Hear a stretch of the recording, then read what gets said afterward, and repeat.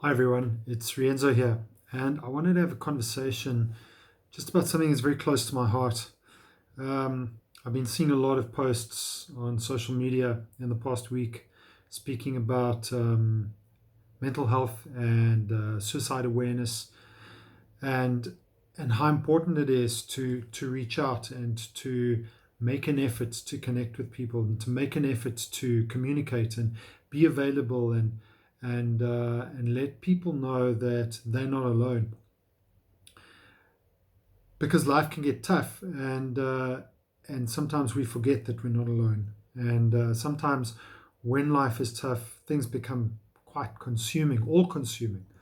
And so I think it's wonderful that we have suicide awareness campaigns, and that there's so many people in my social media feed, coaches and psychologists and people, you know, in other walks of life who are reaching out and offering help and making it clear that they're there to support. I'm too, by the way, 100%. But I wanted to approach this from a slightly different angle, and the whole COVID-19 thing has really brought into sharp relief for me how we as humans, how we as people interact with one another. And I was talking on a radio show this morning about what I believe is the most important trait, the most important lesson that I've learned around leadership. And, there are many crucial pillars in terms of leadership, whether it be integrity or compassion, or whether it be authenticity, transparency, honesty, all of these things. They're all fantastic. Compassion comes close for me because what's most important, what I've found, is kindness, and how important it is as a leader to depart in all conversations, interactions, decisions, actions that we take from a perspective of kindness. If we have kindness underpinning all of our interactions, there's so much we can achieve because we're coming from care for another human being. So, what is the relevance of that in terms of suicide awareness and mental health? Well, it's obvious, right? I think it's great that there's so many people who are taking a stand and reaching out and saying, I'm available. That's a huge kindness.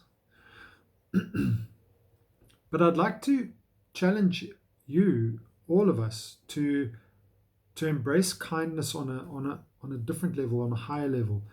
You know, in every interaction, whether it be on social media, whether it be with a colleague, whether it be with a family member, a child, a parent, a partner, a spouse, sibling, whatever, I challenge you to, before you do anything, say anything, decide anything, ask yourself, what would kindness look like in this moment? How could I do this from kindness?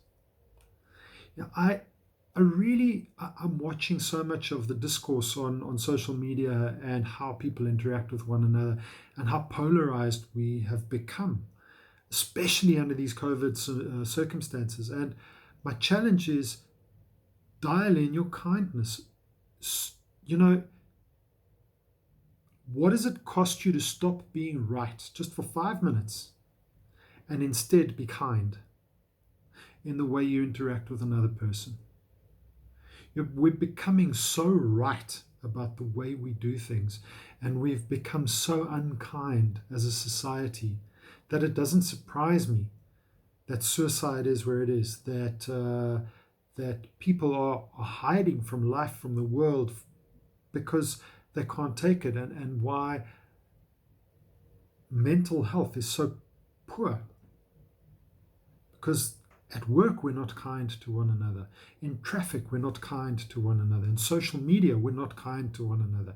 And then we're exhausted and get home and we're not kind to our families, the people we love the most. So that's the challenge. Dial in your kindness. Before you make any decisions, say anything, breathe a word ask yourself, what would kindness look like?